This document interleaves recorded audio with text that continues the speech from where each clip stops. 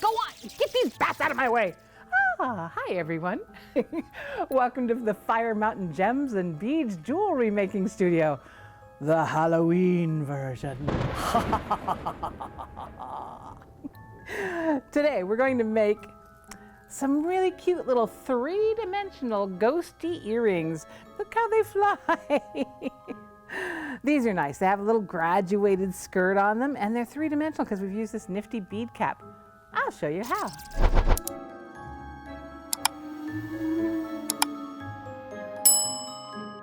To make these, we've got great supplies here. We've got white fire polish beads, we've got head pins and eye pins, and the thing that makes him 3D are these great bead caps. And to make his face, we've got little flat back crystals, as well as a finding and some white beads. I guess that's it. This is gonna be easy. You're gonna love this. Starts off with that little face of that ghost. He's a fire polish bead. I think this is 8mm, something like that. And I need to glue a face onto him. So I'm going to use a little bit of scrap clay, and noticing where my bead holes are so I orient it correctly, I'm going to press that little bead down into that scrap clay to hold it in place while I work on it. And we're going to use some DevCon 5-minute epoxy. This is a 2-part epoxy that I have to mix up. See, I've got a little bit bigger blob here than here. So I'm not going to take the whole blob. I'm going to take most of this blob. I'm going to put it over into that blob and stir it up. And when I feel I've got that all mixed in really good, I'm going to use that now. Put that where I won't stick my thumb in it. Bring my little head back.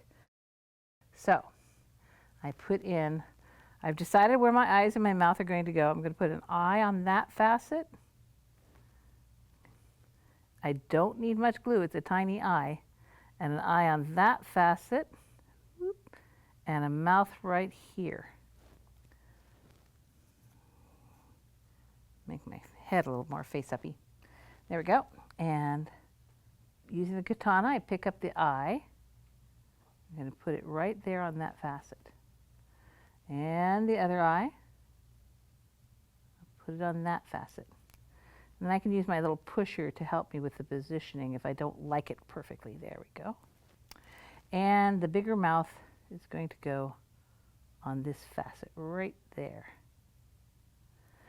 And again, I can just use my positioner, the little pokey end, to move this around a little bit. I've got 5 minutes of working time, only 5 minutes, which means this is going to cure in 5 minutes. Even if it's an airtight room, it'd still cure. It's a chemical process, not just time. So there's my little ghosty face. And of course, I do a second one because I'm going to do 2 earrings, but I don't want to show you both times. I'm going to set that aside. And I'm going to set this glue aside someplace where I or my cat won't walk into it. Set that over there. Make sure I don't have any glue left on my fingers. All good. Now we're going to work on the skirt of the ghost. I'm using a silver-plated ball pin. Ball pins are just a little more sophisticated and elegant. And because it's a graduated type of skirt, the first one in the front of the ghost only has 2 of these fire polish beads on it. 1, 2. The second 2 will both be 3 beads. So we're going to put 3 on here. And there's 2 of them. Aha. So now on the ends of all of these, we need to make simple loops. And for each of these earrings, I would do 8 of these, but of course I've done some in advance, so you don't have to watch so much. Practice that simple loop. There we go. Refine it a little, do what you need to do. It's nice and round, but maybe it's a little bit wonky. I might take my chain nose pliers and fix it up. There we go. And this is so easy. Next thing I did was I took a bead cap. This is a bead cap with 8 holes on the outside edge. Here, I'll show you before I've manipulated it.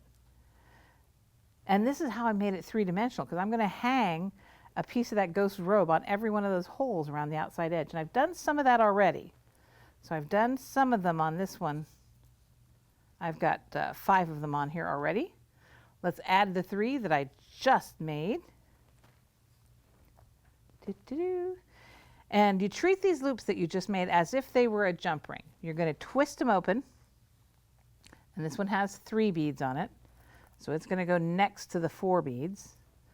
Sometimes I even find it easier just to grab my little guy with my tools. And I'm going to go through this hole here, and just like a jump ring, I will twist it to close. This is probably the key point here. You even can go back and forth a few times to make sure that that little stub on the end of your loop is touching the neck of the loop so that there's no gaps, no place for things to fall through, fall out, any of that nonsense. You want your jewelry to really hold together, especially at Halloween when everybody's getting all scared and running around having fun. Here we go. And this is the one that only has 2 beads on it, so it's going to go in the very front of the earring. And close it up. And here's another one. This one's got 3 beads on it, so it's going to go on the opposite side of the 2-bead one. Where'd you go? I see you.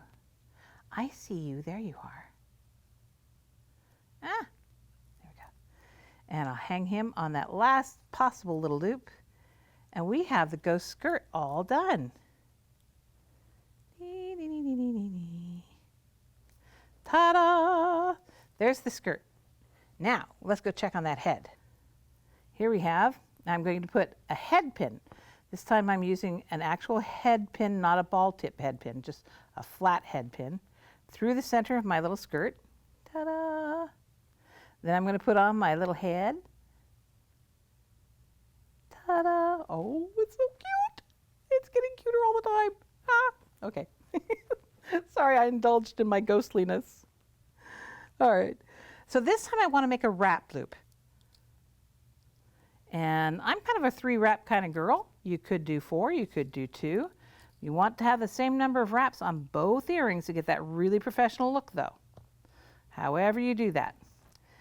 Then I take my really nice nippers, ones with really sharp points in them, so I can get right in there really, really close and nip off that extra piece of wire. If necessary, if there's a little tail sticking out, I can also use my chain nose pliers to bite down on that last little tail so it doesn't stick out. Ta-da! Oh my goodness! And now all we have to do is add the ear wire.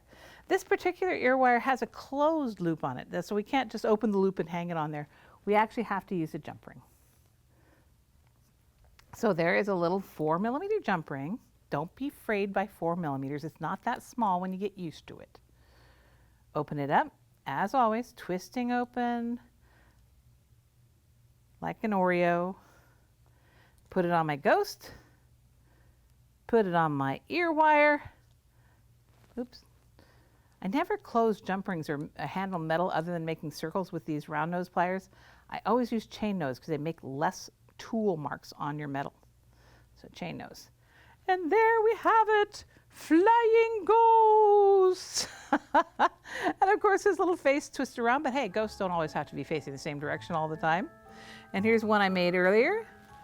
Now you may notice that these ghosts are just a tiny bit different than the ones we have pictured.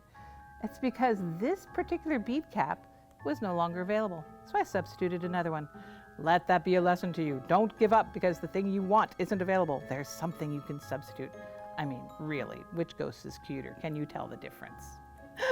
So there you have it, a trio of happy ghosts. Thanks for joining me, and happy beading. Click on the link in the description below to subscribe to our email list and learn more about jewelry making techniques and supplies.